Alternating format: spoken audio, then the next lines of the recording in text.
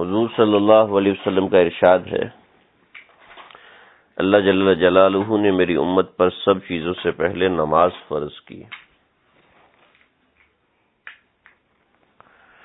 اور قیامت میں سب سے پہلے نماز ہی کا حساب لیا جائے گا۔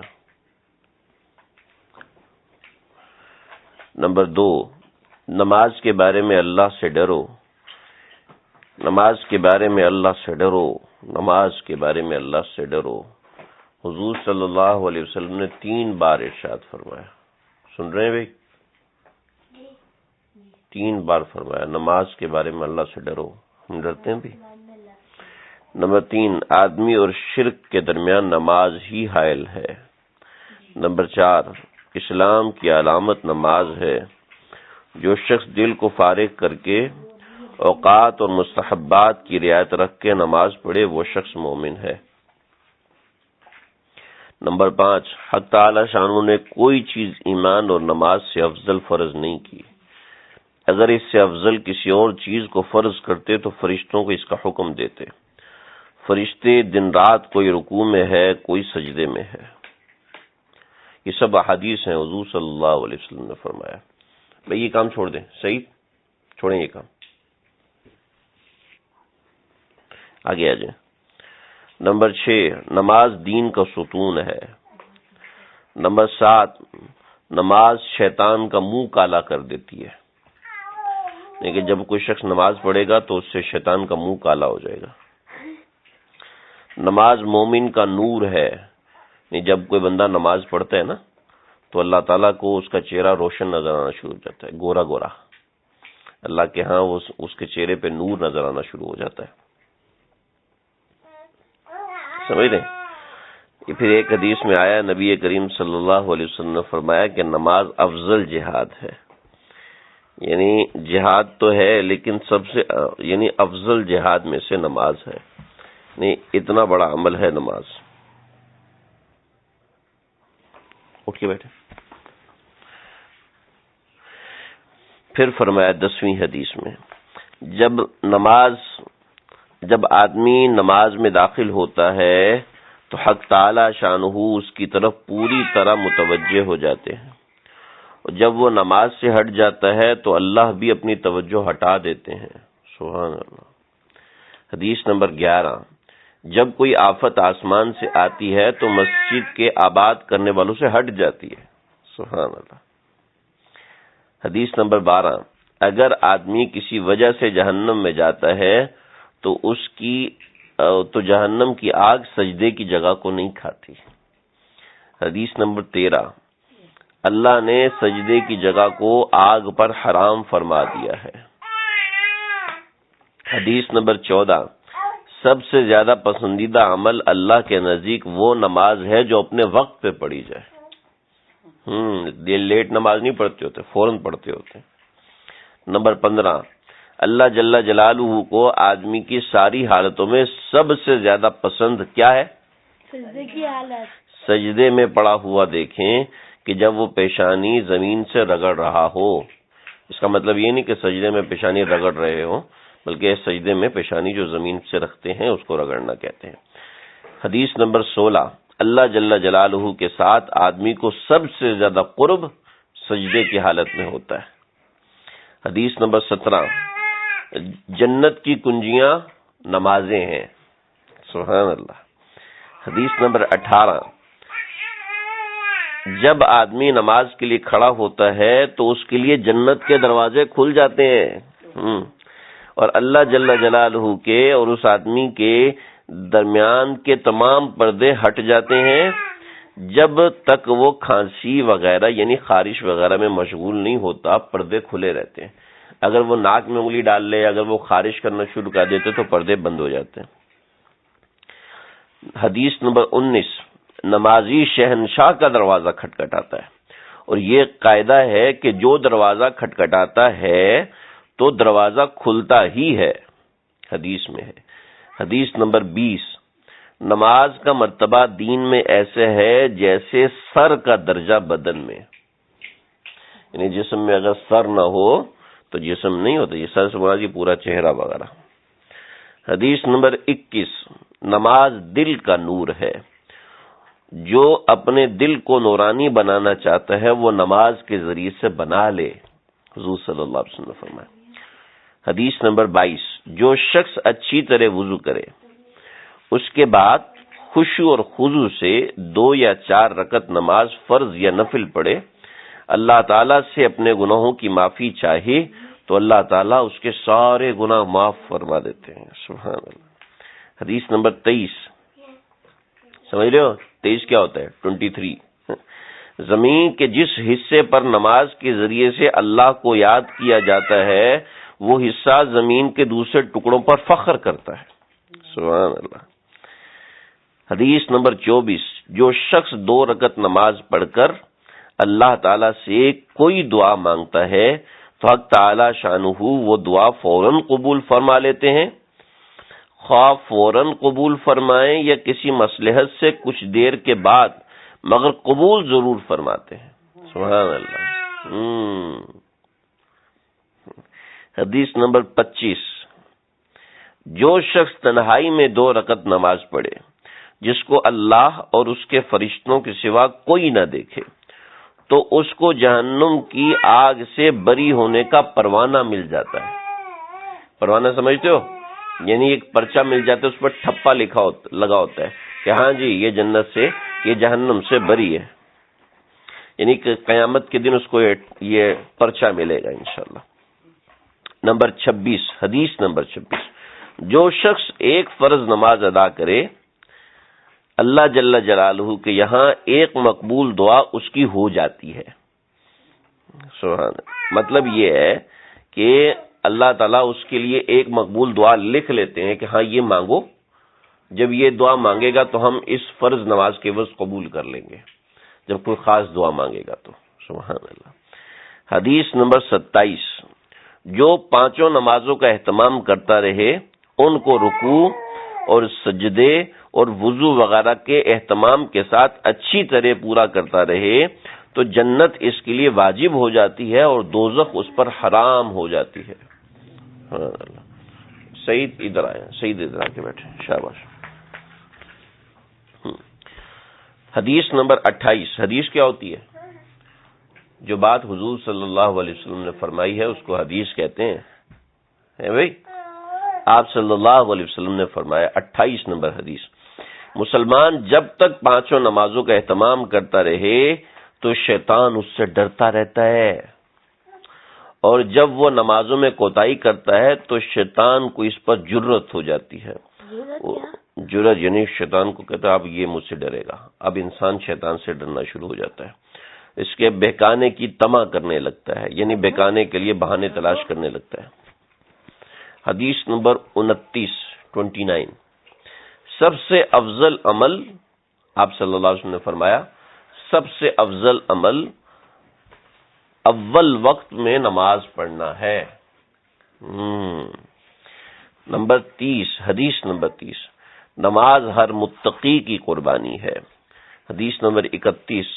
اللہ کے نزدیک زیادہ پسندیدہ نماز یہ ہے کہ اس کو اول وقت میں پڑھا جائے.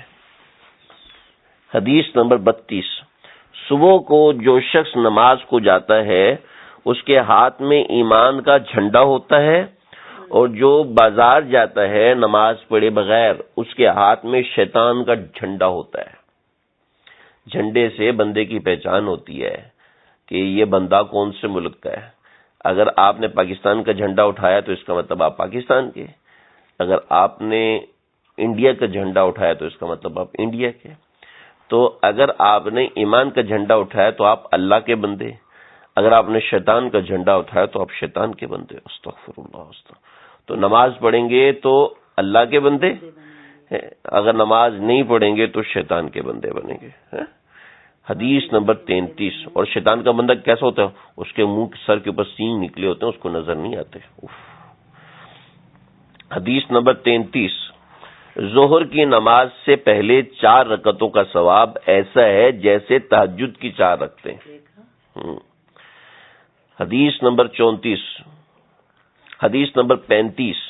جو آدمی نماز کو کھڑا ہوتا ہے تو رحمت الہیہ اس کی طرف متوجہ ہو جاتی ہے.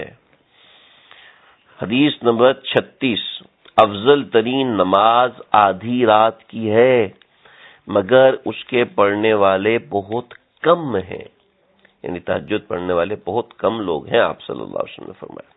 حدیث نمبر 37، آپ صلی اللہ علیہ وسلم نے فرمایا، میرے پاس حضرت جبریل آئے، کہنے لگے، اے محمد صلی اللہ علیہ وسلم، خواہ کتنا ہی آپ زندہ رہیں، ایک دن تو مرنا ہے، اور جس سے چاہیں محبت کریں، ایک دن تو جدا ہونا ہے، اور آپ جس قسم کا بھی عمل کریں، بھلا یا بلا، اس کا بدلہ تو ملنا ہے، اس میں کوئی تردد نہیں۔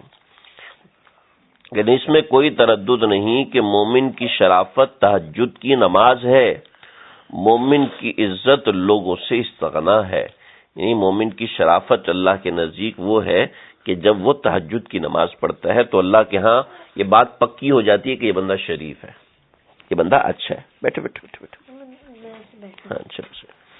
حدیث نمبر 38، اخیر رات کی 2 رکعتیں تمام دنیا سے افضل ہیں۔ آپ صلی اللہ علیہ وسلم نے فرمایا، اگر مجھے مشقت کا اندیشہ نہ ہوتا تو میں امت پر فرض کر دیتا۔ رات کے جب فجر سے پہلے جب 2 رکعت پڑھتے ہیں، پڑھیں گے نا انشاءاللہ۔ حدیث نمبر 39 یعنی 39، تہجد ضرور پڑھا کرو، آپ صلی اللہ علیہ وسلم نے فرمایا تہجد ضرور پڑھا کرو کہ تہجد صالحین کا طریقہ ہے اور اللہ کے قرب کا سبب ہے۔ تہجد گناہوں سے روکتا ہے، خطاؤں کی معافی کا ذریعہ ہے، اس سے بدن کی بھی تندرستی ہوتی ہے۔ حدیث نمبر 40، حق تعالی شانہ کا ارشاد ہے، اے آدم کی اولاد، دن کے شروع میں 4 رکعتوں سے عاجز نہ بن، میں تیرے سارے کاموں کی کفایت کر دوں گا۔ وہ جو میں آپ کو اشراق پڑھنے کا کہتا ہوں نا، اللہ تعالیٰ فرماتے ہیں، اے آدم کی اولاد، دن کے شروع میں 4 رکعتوں سے عاجز نہ بن، یعنی 4 رکعتیں ضرور پڑھا کرو، اگر یہ پڑھو گے تو میں تمہارے سارے دنوں کے کاموں کی کفایت کر دوں گا۔ حدیث کی کتابوں میں بہت کثرت سے نماز کے فضائل و ترغیبیں ذکر کی گئی ہیں، 40 کے عدد کی رعایت کرتے ہوئے بس اسی پر کفایت کی ہے۔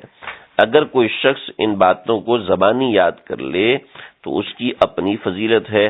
حق یہ ہے کہ نماز ایسی بڑی دولت ہے کہ اس کی قدر وہی کر سکتا ہے جس کو اللہ تعالی شانہ نے اس کا مزہ چکھا دیا ہے۔ اس دولت کی وجہ سے حضور صلی اللہ علیہ وسلم نے اپنی آنکھوں کی ٹھنڈک نماز کو فرمایا ہے۔ اسی لذت کی وجہ سے حضور صلی اللہ علیہ وسلم رات کا اکثر حصہ نماز میں گزار دیتے تھے۔ یہی وجہ ہے کہ نبی اکرم صلی اللہ علیہ وسلم نے وصال کے وقت خاص طور پر نماز کی وصیت فرمائی اور اس کے اہتمام کی تاکید فرمائی۔ بہت سی حدیثوں میں آپ صلی اللہ علیہ وسلم نے کئی مرتبہ فرمایا، اتقوا اللہ فی الصلاۃ، اتقوا اللہ فی الصلاۃ، اتقوا اللہ فی الصلاۃ، کہ نماز کے بارے میں اللہ سے ڈرتے رہو، نماز کے بارے میں اللہ سے ڈرتے رہو، نماز کے بارے میں اللہ سے ڈرتے رہو۔ حضرت ابن مسعود رضی اللہ تعالیٰ عنہ حضور صلی اللہ علیہ وسلم سے نقل کرتے ہیں کہ تمام اعمال میں مجھے نماز سب سے زیادہ محبوب ہے۔ ایک صحابی رضی اللہ تعالیٰ عنہ کہتے ہیں کہ میں ایک رات مسجد نبوی میں سے گزرا تو حضور صلی اللہ علیہ وسلم نماز پڑھ رہے تھے، مجھے بھی شوق ہوا، حضور صلی اللہ علیہ وسلم کے پیچھے نیت باندھ لی۔ حضور صلی اللہ علیہ وسلم سورہ بقرہ پڑھ رہے تھے، میں نے خیال کیا کہ 100 آیتوں پر رکوع فرمائیں گے، مگر جب گزر گئیں تو رکوع نہ فرمایا، پھر سوچا کہ 200 پر رکوع فرمائیں گے، مگر وہاں بھی نہ کیا۔ پھر مجھے خیال ہوا کہ سورت ختم کرنے پر ہی کریں گے۔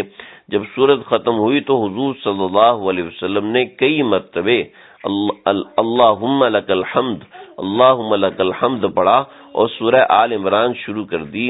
میں سوچ میں پڑ گیا، آخر میں نے خیال کیا آخر اس کے ختم پر تو رکوع کریں گے ہی، تو حضور صلی اللہ علیہ وسلم نے اس کو ختم فرمایا اور 3 مرتبے اللہم لک الحمد پڑھا اور سورہ مائدہ شروع کر دی۔ اس کو ختم کر کے رکوع کیا اور رکوع میں سبحان ربی العظیم پڑھتے رہے، اس کے ساتھ کچھ اور پڑھتے جو میں سمجھ نہ سکا۔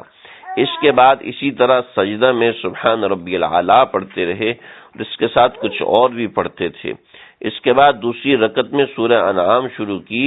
میں حضور صلی اللہ علیہ وسلم کے ساتھ نماز پڑھنے کی ہمت نہ کر سکا اور مجبور ہو کر چلا گیا۔ پہلی رکعت میں 5 سپارے ہوئے، پھر حضور صلی اللہ علیہ وسلم کا پڑھنا جو نہایت اطمینان اور تجوید اور ترتیل کے ساتھ ایک ایک آیت جدا جدا کر کے پڑھتے تھے۔ ایسی صورت میں کتنی لمبی رکعت ہوئی؟ انہی وجوہ سے آپ صلی اللہ علیہ وسلم کے پاؤں مبارک نماز پڑھتے پڑھتے ورم ہو جاتے تھے، مگر جس چیز کی لذت دل میں اتر جاتی ہے اس میں مشقت اور تکلیف دشوار نہیں رہتی۔ ابو اسحاق سبیہی یہ مشہور محدث ہیں، 100 برس کی عمر میں انتقال ہوا۔ اس پر افسوس کیا کرتے تھے کہ بڑھاپے اور ضعف کی وجہ سے نماز کا لطف جاتا رہا۔ 2 رکعتوں میں صرف 2 صورتیں سورہ بقرہ اور آل عمران پڑھی جاتی ہیں، اس سے زیادہ پڑھا نہیں جاتا۔ یہ 2 صورتیں 3.25 پاروں کی ہیں۔ محمد ابن سماک فرماتے ہیں کوفہ میں میرا ایک پڑوسی تھا، اس کے ایک لڑکا تھا جو دن کو ہمیشہ روزہ رکھتا اور رات بھر میں نماز میں شوقیہ اشعار میں رہتا۔ وہ سوکھ کر ایسا ہو گیا کہ صرف ہڈی اور چمڑا رہ گیا۔ اس کے والد نے مجھ سے کہا کہ تم ذرا اس کو سمجھاؤ۔ میں ایک مرتبہ اپنے دروازے پہ بیٹھا تو وہ سامنے سے گزرا، میں نے اسے بلایا، وہ آیا، سلام کر کے بیٹھ گیا۔ میں نے کہنا شروع ہی کیا تھا کہ وہ کہنے لگا چچا شاید آپ محنت میں کمی کا مشورہ دیں گے۔ چچا جان میں نے اپنے اس محلے کے چند لڑکوں میں یہ طے کر رکھا ہے کہ دیکھے کون شخص عبادت میں زیادہ کوشش کرے۔ سبحان اللہ۔ انہوں نے کوشش اور محنت کی اور اللہ کی طرف بلا لیے گئے۔ جب وہ بلائے گئے تو بڑی خوشی اور سرور کے ساتھ گئے۔ ان میں سے میرے سوا کوئی بھی باقی نہیں رہا۔ میرا عمل دن میں 2 بار ان پر ظاہر ہوتا ہوگا تو وہ کیا کہیں گے؟ جب اس میں کوتاہی پائیں گے چچا جان ان جوانوں نے بڑے بڑے مجاہدے کیے، ان کی محنتیں اور مجاہدے بیان کرنے لگا جن کو سن کر ہم متحیر رہ گئے۔ اس کے بعد وہ لڑکا اٹھ کے چلا گیا۔ تیسرے دن ہم نے سنا کہ وہ بھی رخصت ہو گیا، رحمہ اللہ تعالی رحمتا واسعۃ، نزہۃ المجالس میں ہے۔ اب بھی اس گئے گزرے زمانے میں اللہ کے ایسے بندے دیکھے جاتے ہیں جو رات کا اکثر حصہ نماز میں گزار دیتے ہیں۔ خود حضرت شیخ الحدیث رحمۃ اللہ علیہ ایسے تھے ماشاءاللہ۔ دن میں دین کے دوسرے کاموں، تبلیغ و تعلیم میں منہمک رہتے ہیں۔ مجدد الفسانی کے نام سے کون شخص ہندوستان میں ناواقف ہے؟ ان کے خلیفہ مولانا عبد الواحد لاہوری نے ایک دن ارشاد فرمایا جنت میں نماز نہیں ہوگی۔ کسی نے عرض کیا کہ حضرت جنت میں نماز کیوں ہو؟ وہ تو اعمال کے بدلے کی جگہ ہے نہ کہ اعمال کی جگہ۔ تو اس پر ایک آہ کھینچی اور رونے لگے۔ فرمایا بغیر نماز کے جنت میں کیوں کر گزرے گی، یعنی کیسے گزرے گی بغیر نماز کے؟ ایسے ہی لوگوں سے دنیا قائم ہے۔ زندگی کو وصول کرنے والے حقیقت میں یہی مبارک لوگ ہیں۔ اللہ اپنے لطف اور اپنے پر مر مٹنے والوں کے طفیل اس ناکاروں کو بھی نواز دے، اس کے لطف عام سے کیا بعید ہے۔ ایک پر لطف قصہ پر اس بات کو ختم کرتا ہوں۔ حافظ ابن حجر اسقلانی رحمۃ اللہ علیہ نے منبہات میں لکھا ہے کہ ایک مرتبہ حضور صلی اللہ علیہ وسلم نے ارشاد فرمایا مجھے دنیا میں 3 چیزیں محبوب ہیں۔ نمبر 1 خوشبو، نمبر 2 عورتیں یعنی بیویاں، اور نمبر 3 میری آنکھوں کی ٹھنڈک نماز میں ہے۔ تو حضور صلی اللہ علیہ وسلم کے پاس چند صحابہ تشریف فرما تھے۔ ابو بکر صدیق رضی اللہ تعالیٰ عنہ نے عرض کیا کہ آپ نے سچ فرمایا اور مجھے 3 چیزیں محبوب ہیں۔ آپ کا چہرہ دیکھنا، نمبر 1 واہ سبحان اللہ، نمبر 2 اپنے مال کو آپ پر خرچ کرنا، اور نمبر 3 یہ میری بیٹی جو آپ کے نکاح میں ہے۔ حضرت عمر نے بھی فرمایا کہ سچ ہے مجھے بھی 3 چیزیں محبوب ہیں۔ نمبر 1 امر بالمعروف یعنی اچھے کاموں کا حکم کرنا، نمبر 2 برائی کے باتوں سے روکنا، اور نمبر 3 پرانا کپڑا۔ پھر حضرت عثمان رضی اللہ تعالیٰ عنہ نے فرمایا آپ نے سچ کہا، مجھے بھی 3 چیزیں محبوب ہیں۔ نمبر 1 بھوکوں کو کھانا کھلانا، نمبر 2 ننگوں کو کپڑا پہنانا، اور نمبر 3 قرآن کی تلاوت کرنا۔ پھر حضرت علی رضی اللہ تعالیٰ عنہ بھی موجود تھے، ارشاد فرمایا کہ آپ نے سچ فرمایا، لیکن مجھے بھی 3 چیزیں محبوب ہیں۔ نمبر 1 مہمان کی خدمت کرنا، نمبر 2 گرمی کا روزہ رکھنا، اور نمبر 3 دشمن پر تلوار چلانا۔ اتنے میں حضرت جبریل تشریف لائے اور عرض کیا کہ مجھے حق تعالی شانہ نے بھیجا ہے اور فرمایا ہے کہ اگر میں یعنی جبریل دنیا والوں میں ہوتا تو بتاؤں مجھ کو کیا پسند ہے؟ تو حضور نے فرمایا کہ بتاؤ۔ عرض کیا کہ بھولے ہوں کو رستہ دکھانا، نمبر 2 غریب عبادت کرنے والوں سے محبت کرنا، نمبر 3 عیال دار مفلسوں کی مدد کرنا، اور اللہ جل جلالہ کو بندوں کی تینوں چیزیں پسند ہیں، اللہ کی راہ میں طاقت کا خرچ کرنا، مال سے ہو یا جان سے ہو، اور گناہ پر ندامت کے وقت رونا، اور نمبر 3 فاقے کے وقت صبر کرنا۔ ہم دیکھیں کہ ان تینوں میں سے ہمیں کیا پسند ہے۔ حافظ ابن قیم زاد المعاد میں فرماتے ہیں کہ نماز روزی کو کھینچنے والی ہے، ہاں نماز روزی کو کھینچنے والی ہے، صحت کی محافظ ہے، بیماریوں کو رفع کرنے والی ہے، دل کو تقویت پہنچاتی ہے، چہرے کو خوبصورت اور منور کرتی ہے، جان کو فرحت پہنچاتی ہے، اعضاء میں نشاط پیدا کرتی ہے، کاہلی کو دفع کرتی ہے، شرح صدر کا سبب ہے، روح کی غذا ہے، دل کو منور کرتی ہے، اللہ کے انعام کی محافظ ہے، اور عذاب الہی سے حفاظت کا سبب ہے، شیطان کو دور کرتی ہے اور رحمان سے قرب پیدا کرتی ہے۔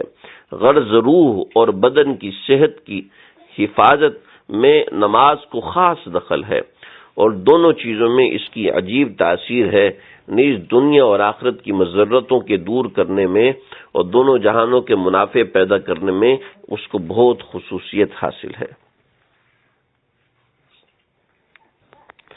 اللہ تعالیٰ سمجھنے کی توفیق عطا فرمائے۔